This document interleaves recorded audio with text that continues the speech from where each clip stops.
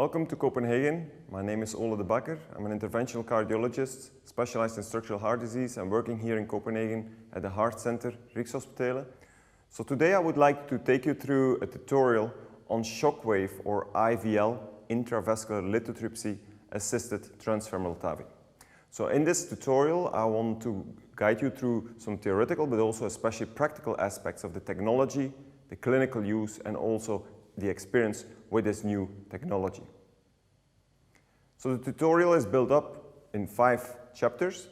The first chapter will be focusing on the challenges of TAVI access and why we believe that transfemoral TAVI represents the gold standard. The second chapter is dedicated to the mechanism of action of IVL.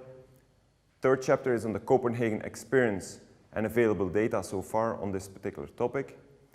Fourth chapter will focus on a real detailed step-by-step explanation on how to perform an IVL-assisted transfemoral TAVI and also some additional tips and tricks. And finally, there are several examples and case discussions. So in this first chapter, we will discuss the challenges of TAVI access and why transfemoral TAVI represents the gold standard. What are typical limitations to do your TAVI transfemorally? I would say the main reason which limits your capability or your ability of performing TAVI transfemorally is peripheral artery disease. There are calcifications, there are stenosis which you cannot cross with your delivery system. Another not uncommon reason is severe tortuosity. However, if we see worldwide to the trends of TAVI and TAVI approaches, we see a first trend is that there is less use of non-transfemoral TAVI approach. 10-12 years ago, when TAVI started to come in most centers in Europe and also in the US, we saw that still non-transfemoral TAVI was still used to quite substantial amounts. So roughly 30% at certain centers, especially centers using the balloon expandable valve, which was often replaced also transapically. But however, you see that now the last few years, most centers are using transfemoral approach for 90% of their cases, but still they have some difficulties with those last 10% of patients where they have to look for an alternative access. Why do we see this trend of less use of non-transfemoral TAVI approach? Well, first of all, we're of course treating lower risk patients with a lower burden of peripheral artery disease.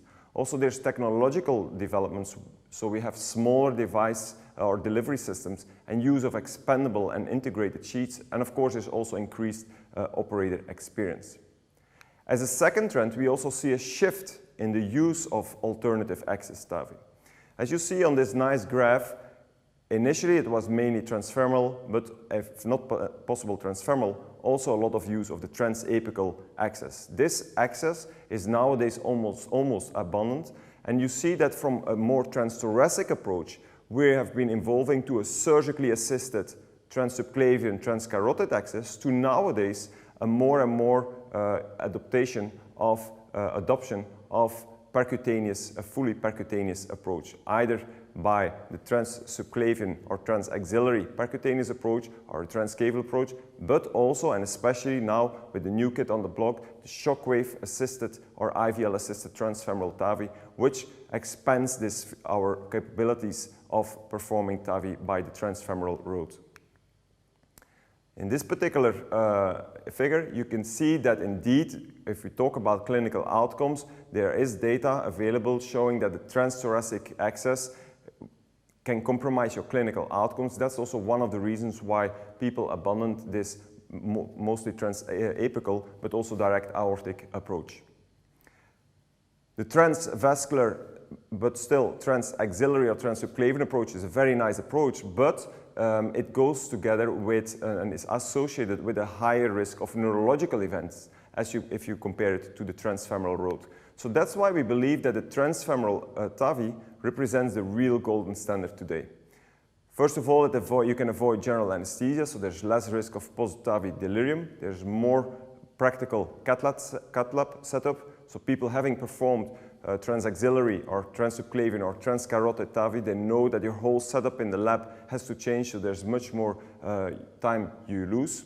There's also less radiation if you can keep your, for the operator, if you can perform your procedure transfemorally. Also, TAVI devices today are designed to be deployed from the transfemoral road. There's also early ambulation possible and next day discharge if possible. But what is more important even is that there are data showing that there are better overall outcomes with transfemoral TAVI as compared to the transthoracic TAVI, and also there is lower stroke risk with the transfemoral TAVI as compared to the transsubclavian or transaxillary TAVI.